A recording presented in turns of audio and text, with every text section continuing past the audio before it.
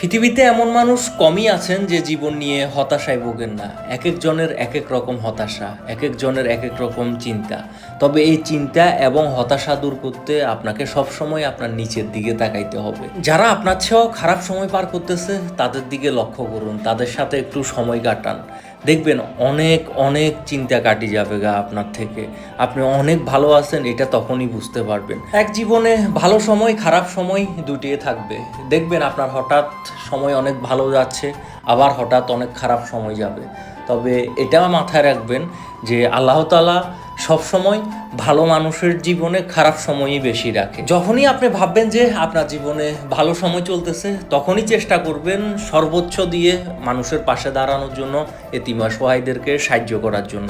এটা কখনো মাথায় আনবেন না যে আমি একটা সময় করব, ওই একটা সময় আপনি কখনো পাবেন না।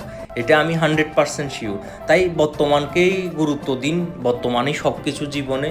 ভবিষ্যতে কি হবে ওইটা আসলে কেউ জানে না। খারাপ সময় ভালো সময় দুটা মিলিয়ে আমি অতীত পার করছি, তবে বর্তমানে হয়তো একটু খারাপ সময় পার করতেছি, তবে আবারও ইনশাল্লাহ ভালো সময় আসবে, এভাবে মানুষের পাশে দাঁড়াবো।